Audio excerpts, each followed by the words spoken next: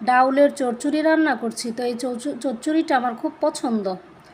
তো এই দেখেন গাছ থেকে গাছের পেঁপে পাড়ছি, পেঁপে দিয়ে আজকে ডাউল রান্না করছি কিভাবে আমি দেখাচ্ছি।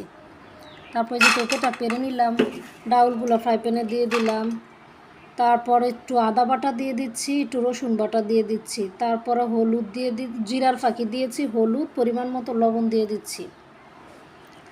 তো এখন তেল দিয়ে দিচ্ছি, পেঁয়াজ কুচি দিয়ে দিচ্ছি আর রসুনের গোলা দিয়ে দিয়েছি। তো এগুলো আমি মাখিয়ে সুন্দর করে পরিমাণ মতো পানি দিয়ে দিচ্ছি।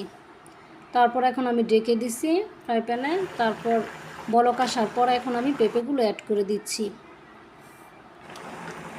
তো এখন আবার একটু ডেকে দিছি, ডেকে আবার ঢাকনাটা খুলে একটু নেড়ে ছেড়ে দিচ্ছি। দেখেন আমার চচ্চড়িটা কিন্তু খুব সুন্দর গাঢ় গাঢ় হয়ে গেছে।